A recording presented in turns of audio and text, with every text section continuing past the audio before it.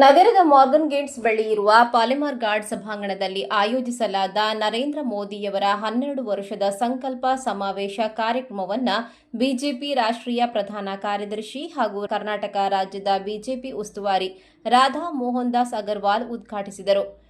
ಕಾರ್ಯಕ್ರಮದಲ್ಲಿ 12 ವರ್ಷದ ಸಾಧನೆಯ ಪುಸ್ತಕ ಬಿಡುಗಡೆಗೊಳಿಸಲಾಯಿತು ಹಾಗೂ 2 ವಿಕಲಚೇತನರಿಗೆ ವೀಲ್ಚೇರ್ ವಿತರಿಸಲಾಯಿತು. ಈ ವೇಳೆ ವಿವಿಧ ಕ್ಷೇತ್ರದಲ್ಲಿ ಸಾಧನೆಗೈದ ರಾಜೇಶ್ ಹೊಳ್ಳ, ಸುಧೀರ್ ಪೈ, ವತ್ಸಲಾ ಕಾಮತ್, ಬಾಬು ಶೆಟ್ಟಿ, ಸುಂದರ್ ಶೆಟ್ಟಿಗಾರ್, ಜನಾರ್ದನ್ ಕರ್ಕೇರ, ಪದ್ಮನಾಭ ಅಂಚನ್, ಧನಲಕ್ಷ್ಮಿ ಪೂಜಾರಿ, ದಯಾನಂದ್ ಕತ್ತಲ್ಸಾರ್, ವನಜಾ ಕಾರ್ವಿ, ಕೃಷ್ಣಪ್ಪ ಗೌಡ ತಡಂಬೈಲು, ನಾಗಮ್ಮ ಇವರಿಗೆ ಸನ್ಮಾನಿಸಲಾಯಿತು. ಪ್ರಧಾನಿ ನರೇಂದ್ರ ಮೋದಿಯವರ ಅಧಿಕಾರದ ಅವಧಿಯಲ್ಲಿ ಜಾಗತಿಕ ಸವಾಲುಗಳ ನಡುವೆಯೂ ಭಾರತ ಆರ್ಥಿಕ ಬೆಳವಣಿಗೆಯ ದರ 7.7% ಗಮನಾರ್ಹ ಸಾಧನೆ ಮಾಡಿದೆ. ಈ ಬೆಳವಣಿಗೆ ಮುಂದುವರಿಯುವ ನಿರೀಕ್ಷೆಯಿದೆ. 2031ರ ವೇಳೆಗೆ ಭಾರತ ವಿಶ್ವದ 3ನೇ ಅತಿದೊಡ್ಡ ಆರ್ಥಿಕ ಶಕ್ತಿಯಾಗಲಿದೆ ಎಂದು ಭಾರತೀಯ ಜನತಾ ಪಾರ್ಟಿಯ ರಾಷ್ಟ್ರೀಯ ಪ್ರಧಾನ ಕಾರ್ಯದರ್ಶಿ, ರಾಜ್ಯಸಭಾ ಸಂಸದ ಮತ್ತು ಗೃಹ ಸಚಿವಾಲಯದ ಸ್ಥಾಯಿ ಸಮಿತಿಯ ಅಧ್ಯಕ್ಷರಾದ ಡಾ. ರಾಧಾ ಮೋಹನ್ ದಾಸ್ ಅಗರ್ವಾಲ್ ತಿಳಿಸಿದ್ದಾರೆ. 1923 में यही काकीनाडा आंध्र प्रदेश में कांग्रेस का अधिवेशन हो रहा था। उस अधिवेशन में पहली बार खुल करके वंदे मातरम का विरोध सामने आ गया।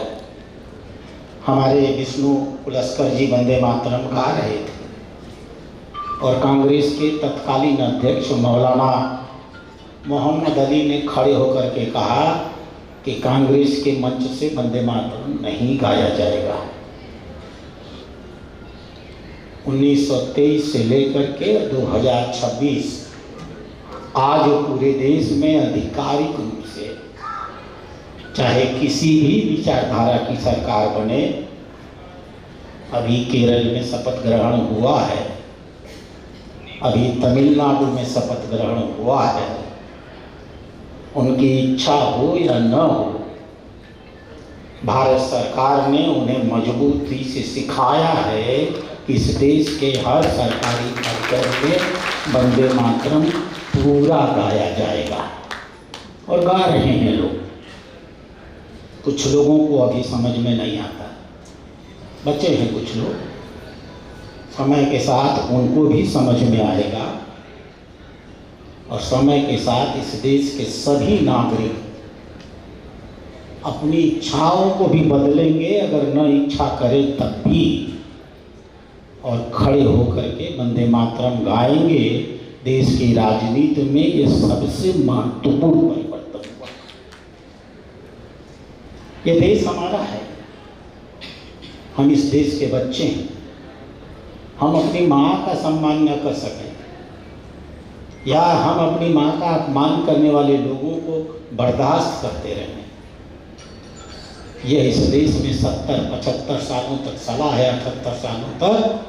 लेकिन नरेंद्र मोदी की सरकार और अमित शाह की सरकार ने तय किया कि अपनी मातृभूमि का यह अपमान अब इस देश में कतई नहीं हो पाएगा। देश आजाद हुआ।